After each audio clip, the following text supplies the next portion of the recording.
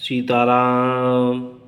सती शिरोमणि श्री सीता जी के गुणों की जो कथा है वही इस जल का निर्मल और अनुपम गुण है। श्री भरत जी का स्वभाव इस नदी की सुंदर शीतलता है जो सदा एक सी रहती है और जिसका वर्णन नहीं किया जा सकता।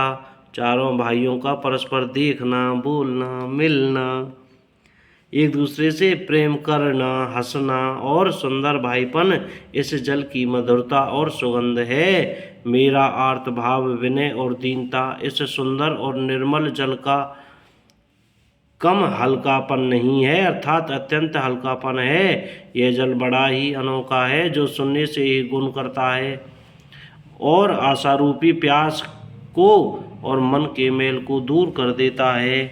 यह जल श्री रामचंद्र जी के सुंदर प्रेम को पुष्ट करता है, कलयुग के समस्त पापों और उनसे होने वाली ग्लानि को हर लेता है, संसार के जन्म मृत्यु रूप श्रम को सोख लेता है, संतोष को भी संतुष्ट करता है और पाप ताप दरिद्रता और दोषों को नष्ट कर देता है।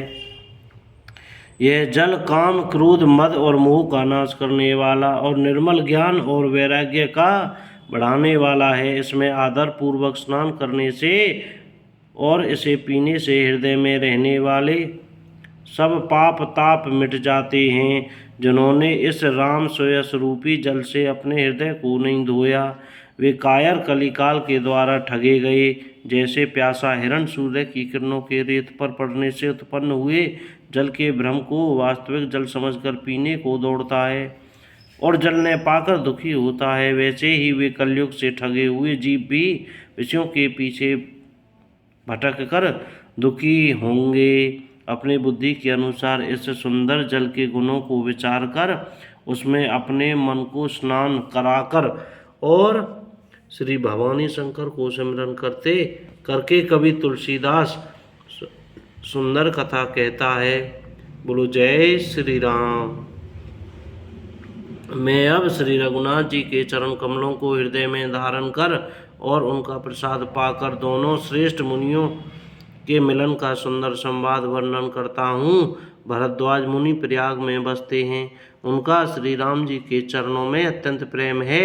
वे तपस्वी, निगृहित चित, जितेंद्रिय, दया के निधान और परमार्थ के मार्ग में बड़े ही चतुर हैं। माघव में जब सूर्य मकर राशि पर आते हैं, जब लोग तीर्थराज प्रयाग को आते हैं, देवता, दैत्य, किन्नर और मनुष्यों के समूह सब आदर पूर्वक त्रिवेणी में स्नान करते हैं। श्री वेणी माधव जी के चरण कमलों को पूजते हैं और अक्षयवट का स्पर्श कर उनके शरीर पुलकित होते हैं। भरद्वाज जी का आश्रम बहुत ही पवित्र, परम रमणीय और श्रेष्ठ मुनियों के मन को भाने वाला है। तीर्थराज प्रयाग में जो स्नान करने जाते हैं उन ऋषि मुनियों का समाज वहाँ भरद्वाज के आश्रम में जुटता है। प्रातःकाल सब उत्साहपूर्वक स्नान करते हैं और फिर परस्पर भगवान के गुणों की कथाएं कहते हैं। ब्रह्मा का निरूपण, धर्म का विधान और तत्वों के विभाग का वर्णन करते हैं तथा ज्ञान वैराग्य से युक्त भगवान की भक्ति का कथन करते हैं। इसी प्रकार माघ के महीने भर स्नान करते हैं और फिर सब अपने अपने आश्रमों को चले जाते हैं। हर साल वहाँ इसी तरह बड़ा आनंद होता है। मकर में स्नान करके मुनिगण चले जाते हैं। कोई गलती हो गई हो तो क्षमा करें। जय श्री राम।